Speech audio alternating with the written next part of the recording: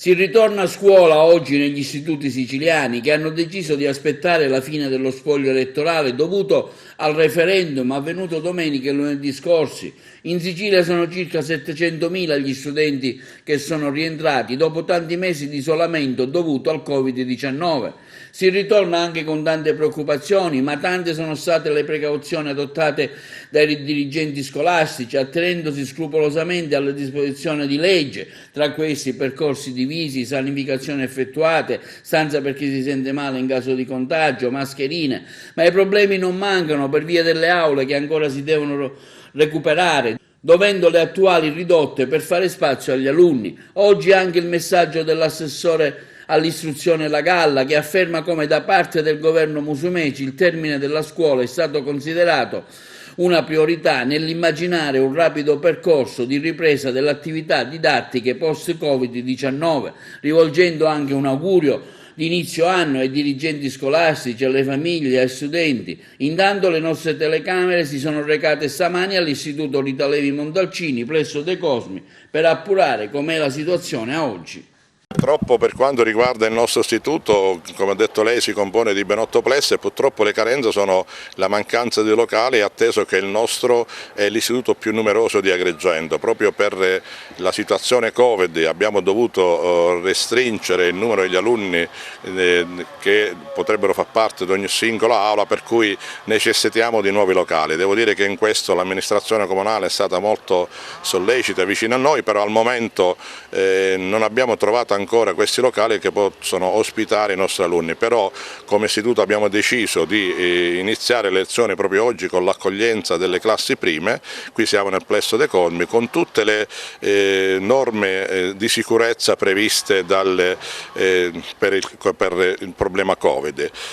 Al momento in qualche plesso purtroppo dobbiamo fare i turni pomeridiani, però questo è stato deciso in seno al Consiglio d'Istituto, quindi c'è da pazientare, i genitori tutti dico di pazientare qualche giorno in attesa che si possano reperire questo nuovo locale, e credo che poi la situazione sicuramente migliorerà. Nell'attesa in questi giorni inizieranno le lezioni regolarmente, oggi sono iniziate con i ragazzi delle classi prime e da domani inizieranno tutti gli alunni. Noi come scuola abbiamo fatto tutto il nostro possibile, in questo devo ringraziare veramente i miei docenti, il personale ADA, la segretaria e tutti quanti, perché per dare risposte concrete alle nostre famiglie e a questi ragazzi che rappresentano il nostro futuro.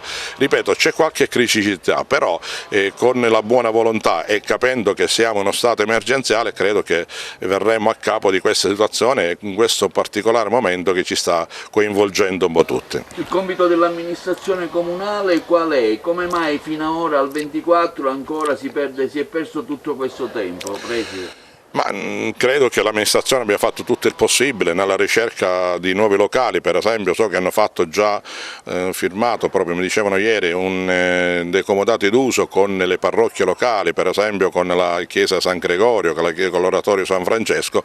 È normale, ci sono degli tempi burocratici e tecnici che bisogna rispettare, però ripeto, siamo in una situazione emergenziale e quindi di questo bisogna tenerne conto. L'importante è che noi dopo tanto tempo abbiamo rivisto i nostri alunni, loro sono stati veramente gioiosi e felici di rivedere i propri docenti.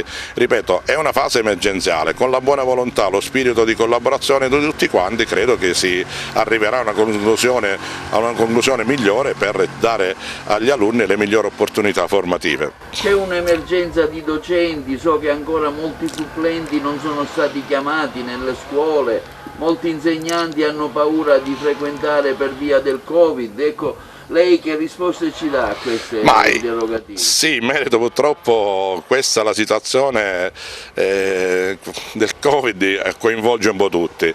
Diciamo che ci sono dei docenti che si trovano in situazione, come si può dire, di elementi fragili. Lì c'è il medico competente di ogni singola istituzione scolastica che appurerà se questi docenti possono proseguire il loro percorso didattico scolastico con gli alunni. Per quanto ci riguarda non abbiamo assolutamente numeri eccessivi, sono 2 o 3 docenti che da noi hanno fatto richiesta per essere sottoposti a visita. Per quanto riguarda il personale devo dire che sono fortunato perché tutti i miei docenti sono di ruolo tavolo, quindi come tale sono tutti in servizio.